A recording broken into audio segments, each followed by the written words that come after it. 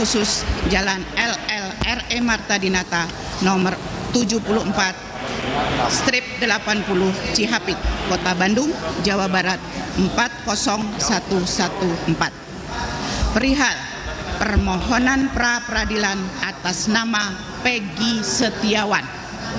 Dengan hormat, perkenankanlah kami dalam hal ini bertindak berdasarkan surat kuasa khusus tanggal 8 Juni tahun 2024, baik secara bersama-sama maupun sendiri-sendiri untuk dan atas nama Peggy Setiawan. Pekerjaan belum atau tidak bekerja, tempat dan tanggal lahir Cirebon 29 Juni 1996, umur 27 tahun, agama Islam, nomor induk kependudukan 3209190896008, beralamat di Dusun 1 Blok Simaja, RT/RW 004/002, Kelurahan/Desa Kepompongan, Kecamatan Talun, Kabupaten Cirebon, Provinsi Jawa Barat. Selanjutnya disebut sebagai pemohon. Dengan ini hendak mengajukan permohonan pra peradilan ke Pengadilan Negeri Bandung kelas 1A khusus terhadap Kepala Kepolisian Negara Republik Indonesia QQ, Kepala Kepolisian Daerah Jawa Barat CQ, Direktur Reserse Kriminal Umum Polda Jawa Barat yang beralamat dan berkedudukan di Jalan Soekarno-Hatta nomor 748 Cimencrang, Kecamatan Gedebage, Kota Bandung, Jawa Barat 40613, atas penetapan status pemohon sebagai tersangka dalam dugaan tindak pidana perlindungan anak dan atau pembunuhan berencana dan atau pembunuhan sebagaimana dimaksud dalam pasal 80 ayat 1 ayat 3 junto pasal 81 ayat 1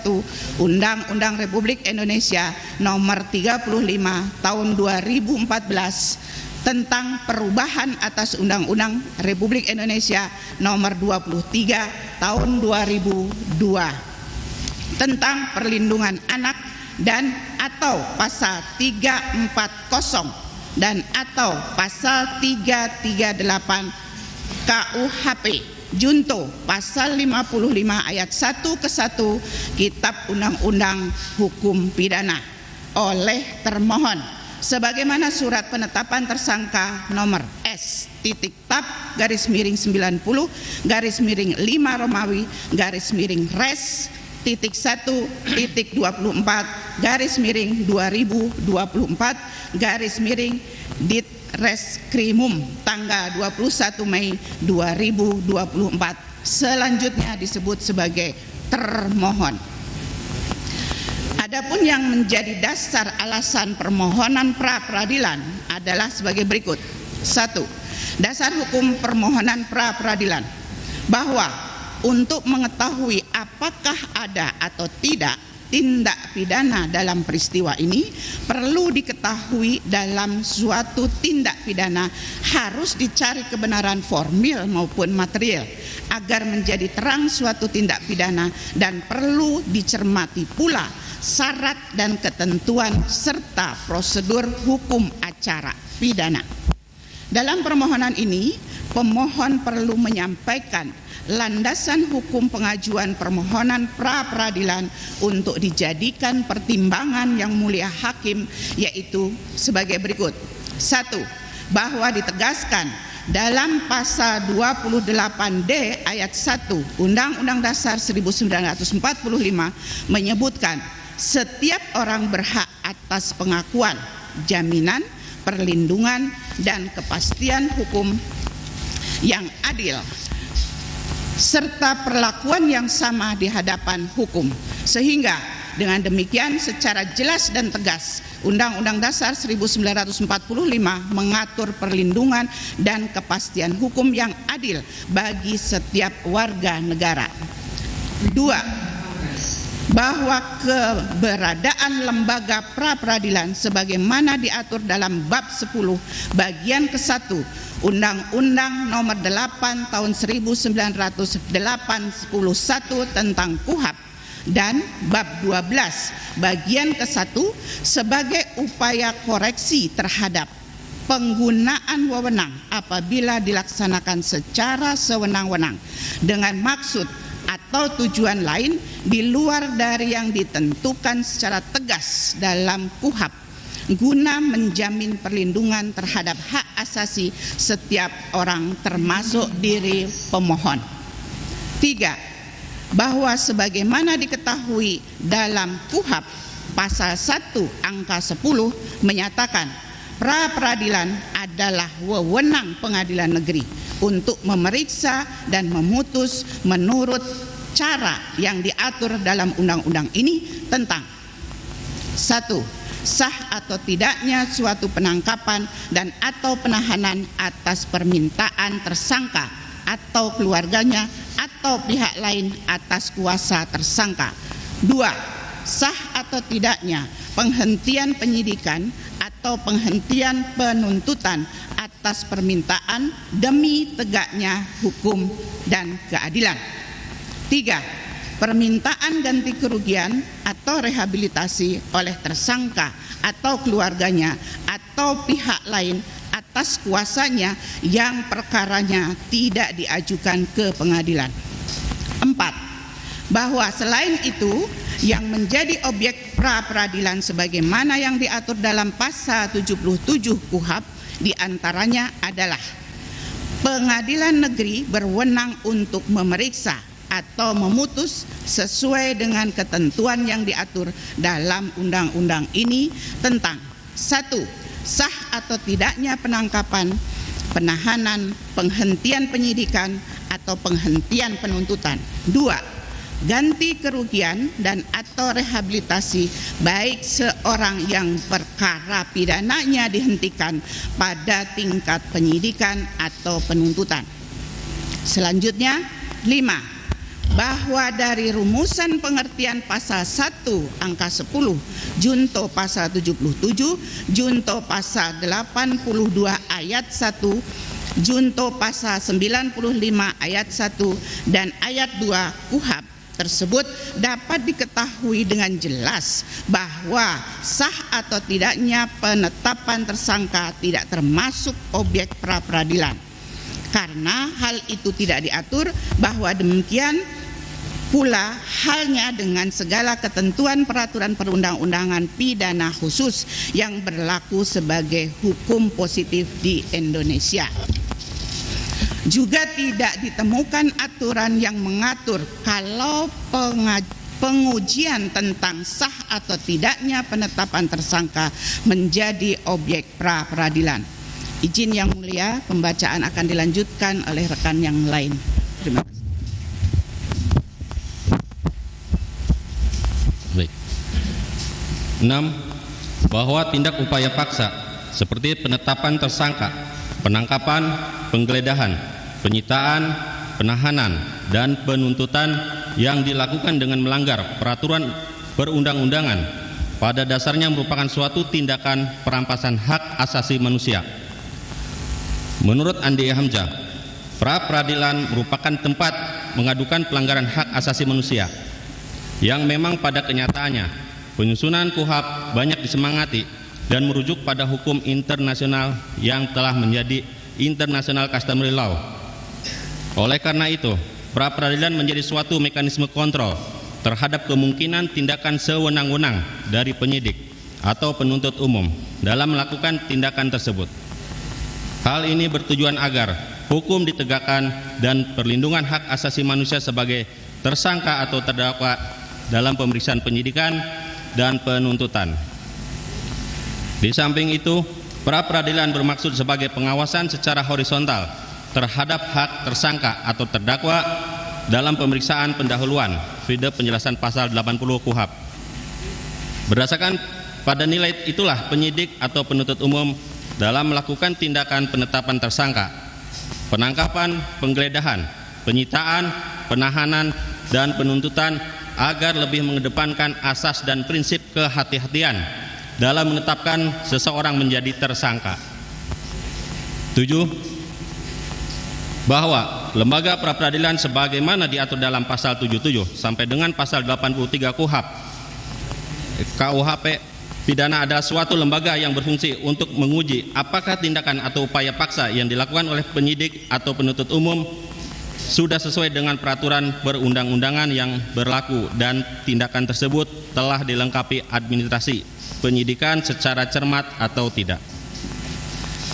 Karena pada dasarnya tuntutan pra-peradilan menyangkut sah tidaknya tindakan penyidik atau penuntutan umum di dalam melakukan penyidikan atau penuntutan. 8. Bahwa dalam perkembangannya pengaturan pra-peradilan sebagaimana diatur dalam pasal 1 angka 10 junto pasal 77/83 KUHP sering terjadi tidak dapat menjangkau fakta perlakuan aparatur penegak hukum yang nyata-nyata merupakan pelanggaran hak asasi seseorang, sehingga yang bersangkutan tidak memperoleh perlindungan hukum yang nyata dari negara. Untuk itu perkembangan yang demikian melalui dapat diakomodirnya mengenai sah tidaknya penetapan tersangka dan sah tidaknya penyitaan telah diakui merupakan wilayah kewenangan pra-peradilan, sehingga dapat meminimalisasi terhadap perlakuan sewenang-wenang oleh aparatur penegak hukum. Dalam kaitan perubahan dan perkembangan hukum dalam masyarakat yang demikian bukanlah suatu yang mustahil terjadi dalam praktik sistem hukum di negara manapun, apalagi di dalam sistem hukum common law yang telah merupakan bagian dari sistem hukum di Indonesia. Peristiwa hukum inilah yang menurut almarhum Sucipto Raharjo disebut terobosan hukum legal breakthrough atau hukum yang pro rakyat atau hukum progresif. Dan menurut Mukhtar Kusumaatmadja merupakan hukum yang baik karena sesuai dengan perkembangan nilai-nilai keadilan yang hidup dan berkembang dalam masyarakat. Terobosan hukum dan hukum yang baik itu merupakan cara pandang baru dalam memandang fungsi dan peranan hukum dalam pembangunan nasional di Indonesia. Dengan demikian, hukum bukan hanya memiliki aspek normatif yang diukur dari kepastiannya, melainkan juga memiliki aspek nilai yang merupakan bagian dinamis aspirasi masyarakat yang berkembang dan terkini. 9. Bahwa selanjutnya dalam putusan Mahkamah Konstitusi nomor 21 garis-miring PUU/12 Romawi garis-miring 2014 junto putusan Mahkamah Konstitusi nomor 130 garis-miring PUU/12 Romawi garis-miring 2015 diputuskan bahwa ketentuan pasal 77 huruf A KUHP tidak memiliki kekuatan hukum mengikat sepanjang tidak dimaknai termasuk penetapan tersangka, penggeledahan dan penyitaan. Apapun salah satu pertimbangan hukumnya, penetapan tersangka adalah bagian dari proses penyidikan yang merupakan perampasan terhadap hak asasi manusia. Maka seharusnya penetapan tersangka oleh penyidik merupakan objek yang dapat dimintakan perlindungan melalui ikhtiar hukum peranata pra-peradilan. Hal tersebut semata-mata untuk melindungi seseorang dari tindakan sewenang-wenang. Tindakan sewenang-wenang penyidik yang kemungkinan besar dapat terjadi ketika seseorang ditetapkan sebagai tersangka. Padahal prosesnya ternyata ada kekeliruan, maka tidak peranata lain selain peranata pra-peradilan yang dapat memeriksa dan memutusnya. Putusan MK ini memberikan perlindungan terhadap seseorang yang mengalami proses hukum yang keliru pada saat ditetapkan sebagai tersangka di dalam ketentuan pasal 8 Undang-Undang nomor 39 garis-miring 1999 tentang HAM diatur bahwa perlindungan, pemajuan, penegakan dan pemenuhan hak asasi manusia terutama menjadi tanggung jawab pemerintah. Hal ini berarti MK mengambil peran dalam pemenuhan hak asasi manusia melalui putusnya sebagai bagian dari upaya responsif konstitusional. Salah satu pelindungan hukum yang ditekankan melalui putusan ini adalah kepastian hukum bahwa penyidik harus melakukan tindakan penyidikan sesuai dengan prosedur hukum yang berlaku. 10. Bahwa dengan demikian jelas berdasarkan putusan Mahkamah Konstitusi nomor 21/PUU-12 Romawi /2014 tanggal 28 April 2015 bahwa penetapan tersangka merupakan bagian dari wewenang pra-peradilan. Mengingat putusan Mahkamah Konstitusi bersifat final dan mengikat, maka sudah tidak dapat diperdebatkan lagi bahwa semua harus melaksanakan putusan yang telah berkekuatan hukum tetap sejak diucapkan. 11. Bahwa selanjutnya berdasarkan pasal 95 KUHP menyebutkan bahwa 1. Tersangka, terdakwa atau terpidana berhak menuntut ganti kerugian karena ditangkap, ditahan, dituntut, dan diadili atau dikenakan tindakan lain tanpa alasan yang berdasarkan undang-undang atau karena kekeliruan mengenai orangnya atau hukum yang diterapkan. 2. Tuntutan ganti kerugian oleh tersangka atau ahli warisnya atau penangkapan atau penahanan serta tindakan lain tanpa alasan yang berdasarkan undang-undang atau karena kekeliruan mengenai orang atau hukum yang diterapkan sebagaimana dimaksud dalam ayat 1 yang perkaranya tidak diajukan ke pengadilan negeri, diputus di sidang pra-peradilan sebagaimana dimaksud dalam pasal 77, sehingga pasal 95 ayat 1 dan ayat 2 pada pokoknya merupakan tindakan penyidik atau penuntut umum dalam rangka menjalankan wewenangnya yang dilakukan tanpa alasan hukum sehingga melanggar hak asasi atau harkat martabat kemanusiaan serta merugikan seseorang, in casu adalah pemohon. Oleh karena itu, tindakan lain yang dilakukan oleh termohon menjadi objek permohonan pra-peradilan. Selanjutnya 12. Bahwa tindakan penyidik untuk menentukan seseorang sebagai tersangka merupakan salah satu proses dari sistem penegakan hukum pidana sebagaimana dimaksud dalam KUHP. Oleh karenanya proses tersebut haruslah diikuti dan dijalankan dengan prosedur yang benar sebagaimana diatur dan ditentukan dalam KUHP atau perundang-undangan yang berlaku. Artinya setiap proses yang akan ditempuh haruslah dijalankan secara benar dan tepat sehingga asas kepastian hukum dapat terjaga dengan baik dan pada gilirannya hak asasi yang akan dilindungi tetap dapat dipertahankan. Apabila prosedur yang harus diikuti untuk mencapai proses tersebut penetapan tersangka tidak dipenuhi, maka sudah tentu proses tersebut menjadi cacat dan haruslah batal demi hukum. 13.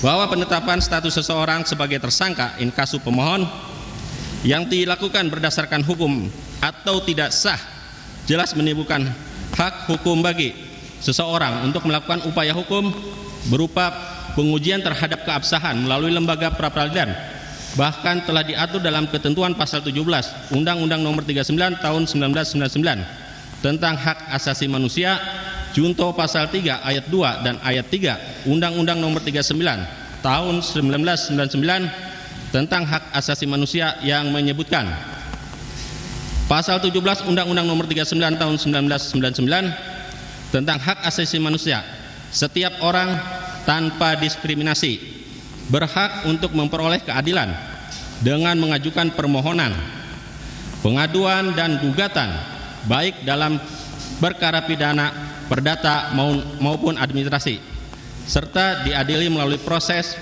peradilan yang bebas dan tidak memihak sesuai dengan hukum acara yang menjamin pemeriksaan yang objektif oleh hakim yang jujur dan adil untuk memperoleh putusan yang adil dan benar.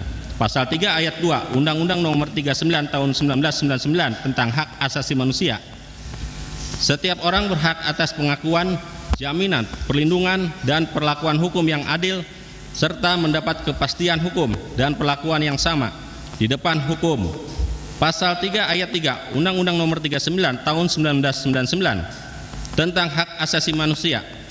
Setiap orang berhak atas perlindungan asasi manusia dan kebebasan dasar manusia tanpa diskriminasi. 14. Bahwa selain itu telah terdapat beberapa putusan pengadilan yang memperkuat dan melindungi hak-hak tersangka, sehingga lembaga pra-peradilan juga dapat memeriksa dan mengadili keabsahan penetapan tersangka seperti yang terdapat dalam perkara antara lain berikut: Putusan Pengadilan Negeri Bengkayang nomor 01/PID/Prat/2019/PN BKY tanggal 18 Mei 2011 dan putusan Mahkamah Agung nomor 88 PK/PID/2019 tanggal 17 Januari 2012 yang menyatakan tidak sahnya penyitaan yang telah dilakukan. B. Putusan Pengadilan Negeri Jakarta Selatan nomor 38/PID/2012/Pengadilan Negeri Jakarta Selatan tanggal 27 November 2012 yang diktumnya menyatakan telah menerima dan mengabulkan permohonan pra-peradilan dengan menyatakan antara lain tidak sah menurut hukum tindakan termohon menempatkan pemohon sebagai tersangka. Hal ini terkait dengan sah tidaknya penetapan tersangka. C. Begitu juga putusan Pengadilan Negeri Jakarta Selatan nomor 04/PID/2015/Pengadilan Negeri Jakarta Selatan tanggal 15 Februari 2015 dan putusan Pengadilan Negeri Jakarta Selatan nomor 36/PID/2015/PN Jakarta Selatan tanggal 26 Mei 2015. 15. Bahwa kemudian berdasarkan pasal 183 KUHP yang pada pokoknya menyebutkan bahwa hakim tidak boleh menjatuhkan pidana kepada seseorang kecuali apabila dengan sekurang-kurangnya dua alat bukti yang sah itu peroleh keyakinan bahwa suatu tindak pidana benar-benar terjadi dan terdakwalah yang bersalah melakukannya. Maka frasa sah tersebut harus dimaknai atau ditafsirkan sebagai berikut. 1. Sah dalam prosedur perolehan yang dijadikan alat bukti dan sah secara implisit sebagai alat bukti yang diatur dalam undang-undang yang didukung oleh dengan keyakinan kehakiman. 16. Bahwa selanjutnya berdasarkan ketentuan pasal 2 ayat 1 bab 2 tentang objek pemeriksaan pra-peradilan dalam Peraturan Mahkamah Agung Republik Indonesia nomor 04 tahun 2016 tentang larangan peninjauan kembali putusan pra-peradilan yang menentukan pasal 2 ayat 1 objek pra-peradilan adalah sah atau tidaknya penangkapan, penahanan, penghentian penyidikan, penghentian penuntutan, penetapan tersangka, penyitaan dan penggeledahan. Izin yang mulia, kami lanjutkan pada rekan. Baik, terima kasih yang mulia. Romawi 2, objek pra-peradilan. Bahwa yang menjadi objek pemohon pra-peradilan adalah sah atau tidaknya penangkapan, penahanan, penggeledahan, penyitaan sampai penetapan status tersangka kepada pemohon Peggy Setiawan dengan surat nomor S.Tab_90_5 Romawi _1-1.1.2024 Ditreskrimum tanggal 21 Mei 2024. Romawi 3, legal standing pemohon. Bahwa pemohon adalah orang yang ditetapkan sebagai tersangka oleh termohon melalui surat penetapan tersangka nomor S.Tab_90_Romawi 5-Res_24/2024 Ditreskrimum tanggal 21 Mei 2024. 2. Bahwa dengan penetapan status tersangka, pemohon telah dirugikan secara hak konstitusionalnya karena adanya pembatasan hak dan kewajiban sebagai warga negara. 3. Bahwa berdasarkan putusan Mahkamah Konstitusi nomor 21 PUU strip 12 Romawi _2014 tanggal 28 April 2015 yang memperkuat diakuinya lembaga pra peradilan juga dapat memeriksa dan mengadili keabsahan penetapan tersangka seperti pada kutipan putusan Mahkamah Konstitusi nomor 21 PUU strip Romawi 12 2015 sebagai berikut. Mengadili, menyatakan 1. Mengabulkan permohonan untuk sebagian dan seterusnya pasal 77 huruf A Undang-Undang nomor 8 tahun 1981 tentang hukum acara pidana Lembaran Negara Republik Indonesia tahun 1981 nomor 76 tambahan Lembaran Negara Republik Indonesia nomor 3209 bertentangan dengan Undang-Undang Dasar Republik Indonesia tahun 1945 sepanjang tidak dimaknai termasuk penetapan tersangka, penggeledahan dan penyitaan. Pasal 77 huruf A Undang-Undang nomor 8 tahun 1981 tentang hukum acara pidana Lembaran Negara Republik Indonesia tahun 1981 nomor 76 tambahan Lembaran Negara Republik Indonesia nomor 3209 tidak mewakili kekuatan hukum mengikat sepanjang tidak dimaknai termasuk penetapan tersangka, penggeledahan dan penyitaan. 4. Dengan demikian jelas bahwa berdasarkan putusan Mahkamah Konstitusi nomor 21 PUU strip 2 Romawi 12 2014 tanggal 28 April 2015 bahwa penetapan tersangka, penggeledahan dan penyitaan telah merampas hak asasi pemohon yang merugikan sehingga untuk menentukan sah atau tidaknya penetapan tersangka, penggeledahan dan penyitaan tersebut berada pada kewenangan pra peradilan. Mengingat putusan Mahkamah Konstitusi bersifat final dan banding, maka sudah tidak dapat diperdebatkan lagi bahwa semua harus melaksanakan putusan yang telah berkekuatan hukum tetap sejak diucapkan. 5. Berdasarkan landasan hukum tersebut, pemohon pra peradilan memiliki legal standing untuk mengajukan permohonan ini.